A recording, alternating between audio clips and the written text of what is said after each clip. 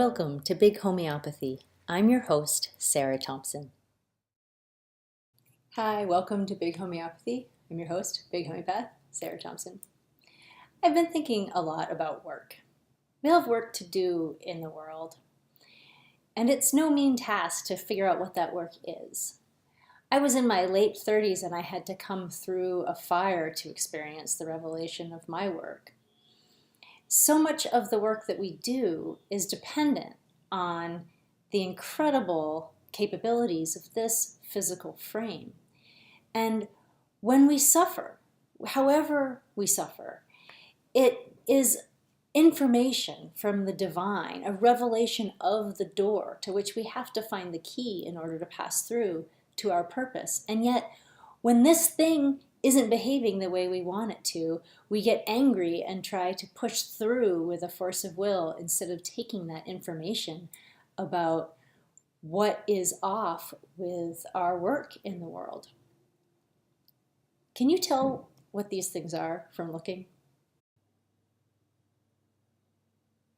No, of course not. And yet, so much of mainstream medical research is predicated on the idea that you can look at a tiny sliver of disease and extrapolate a story about health. I can look at a petri dish study that shows me that a chemotherapy drug can destroy a cancer cell. I can look at a similar study that shows me that homeopathic potencies can alter gene expression. But that doesn't tell me anything I can use with a client. Anyone who understands the history and study of homeopathy knows that it's not placebo in the sense that that word is used. But it's also not a substitute for allopathic medicine in the sense that it's just a weaker, gentler, and less side effect bearing palliative for a symptom. Homeopathy practiced correctly heals from the inside out, and it's not the privilege of the homeopath to know what order that resolution will take. That's why a patient can come in who has musculoskeletal pain, and then the first thing that resolves is the headaches that they forgot to tell us about.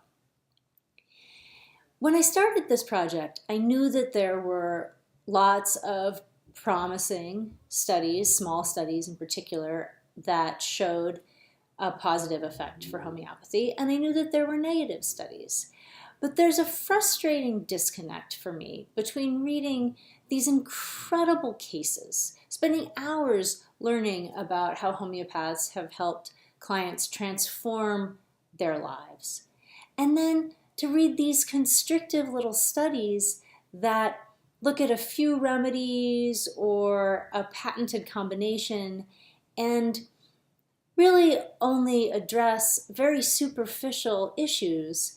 It doesn't get at the heart of what we do, and I look forward to when the research is constructed in such a way that we can show how homeopathy compares to conventional medicine, where its weaknesses are and where its strengths are. But in the meantime, I practice in the world as it is, and that's a blessing. And today's studies that I want to talk about are about musculoskeletal pain and osteoarthritis. So, there are three. The first is a large study, and then the other two are small, sort of meta-analyses.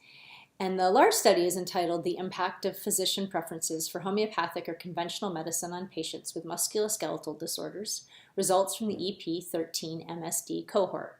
This was a study of over 1,000 people in France. Now, in France, homeopathy is practiced by physicians, and there were three groups: conventional physicians who use no homeopathy, physicians who use a combination of complementary and alternative modalities, and physicians who use primarily homeopathy. And one of the things about this study is that there were a higher percentage of patients with chronic musculoskeletal pain in the homeopathy group. And I think that's really important because so often people turn to homeopathy when their conventional options have failed. And so already our clients come to us a little behind the line with suppression, and that's the nature of the practice that we do now. And we need to keep in mind the exhortation of the old masters who would say that it's not up to us to determine the pace that the vital force finds resolution. And our job is to manage the dynamic relationship with the client so that they can understand what's happening and how this works and why it's different from allopathy. And in this study, the primary purpose was to discover whether people using homeopathy used fewer nonsteroidal anti-inflammatory drugs, and they did. And so the study was approving the continued use of homeopathy as an adjunct therapy for people with musculoskeletal disorders. But an adjunct therapy, and some of these patients were also on psychotropic drugs for anxiety and depression, we really see that this isn't the kind of deep homeopathy that I practice and that I know many of you practice. And the two meta-studies kind of suffer from that same issue. They're looking at, so a meta-study looks at a number of other studies, and some of the studies are positive, some of them were neutral, but they were mixed between complex and classical homeopathy. In some cases, everyone received Rus-Tox, and that particular study did not have positive results, which is no surprise, because when you're looking at pathology, you have to look at the dynamic in the patient. And as I said at the beginning, when we think about our structures in the world and why we experience pain and why we experience suffering, the job of the homeopath is to look for those dynamic patterns and to match them to a remedy, not to give everyone Rus-Tox. So that can be kind of frustrating. And I don't have any big answers today. Yes, these studies had generally positive outcomes, and that they certainly showed that homeopathy doesn't do any harm and is warranted in complementary use. But there is so much more to the story, and I look forward to when we can tell it. But I do think it's useful these studies they show the weaknesses of the methodology and of the way homeopathy is used even in places where it is used. And it's so often the lot of the homeopath to see clients who have received all these suppressive treatments.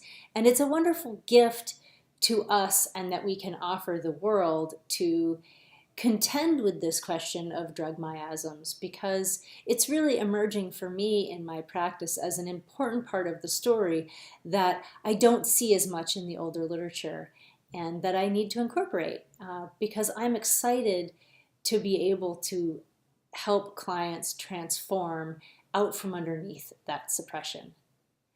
That's part of big homeopathy, and it's going to be huge. I'll see you next week.